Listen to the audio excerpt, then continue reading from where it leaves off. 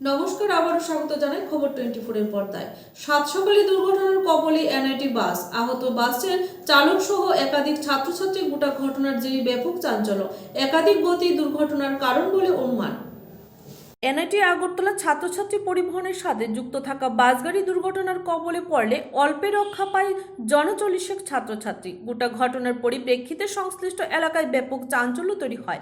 ঘটনার বিবরণ দিতে গিয়ে সংশ্লিষ্ট গাড়িতে থাকা ছাত্রী স্নিগ্ধা পাল দাবি করেছেন, প্রতিদিনের মতো আজও যখন তারা বাসে করে নিজেদের শিক্ষা প্রতিষ্ঠানে যাচ্ছিলেন, তখন শিক্ষা প্রতিষ্ঠানের ঠিক কাছাকাছি একটা জায়গায় কোনো একটা অটো গাড়িকে সাইড দিতে গিয়ে বাস গাড়িটি পুকুরের মধ্যে উল্টে যায়।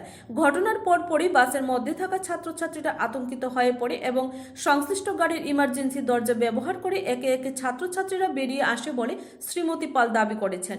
সংশ্লিষ্ট ঘটনার পরিপ্রেক্ষিতে খবর নিয়ে জানা গেছে, গুরুতরভাবে কেউ আহত না হলেও ছাত্রছাত্রীদের মধ্যে সংশ্লিষ্ট দুর্ঘটনা ব্যাপক আতঙ্ক তৈরি করে। যদিও 5 জন ছাত্রছাত্রী সহ সংশ্লিষ্ট গাড়ি চালক এবং সহচালককে জিবি হাসপাতালে ভর্তি করা হয়েছে।